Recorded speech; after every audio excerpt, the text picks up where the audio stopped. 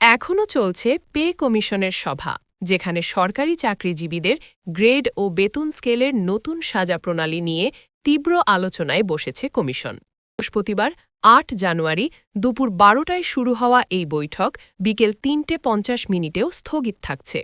সরেজমিনে পে কমিশনের চতুর্থ তলায় উপস্থিত হওয়ার সময় দেখা গেছে সভাকক্ষে রুদ্ধদ্বার আলোচনা অব্যাহত আছে।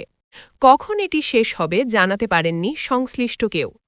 কমিশনের অভ্যন্তরীণ সূত্র বলছে, সরকারি কর্মকর্তা-কর্মচারীদের বেতন গ্রেড নিয়ে প্রধানত ৩টি বিকল্প পয়েন্টে মতামত ভাগ হয়েছেন। বর্তমানে সরকারি চাকরিজীবীদের ২০টি গ্রেড রয়েছে।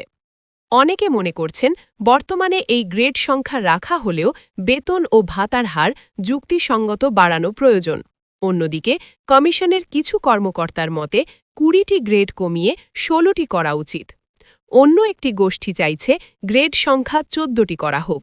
তাদের তর্ক, গ্রেড সংখ্যা বেশি থাকলে বেতনে বৈষম্য আরও বাড়তে পারে, তাই সংখ্যা কমালে সাম্য তৈরি হবে।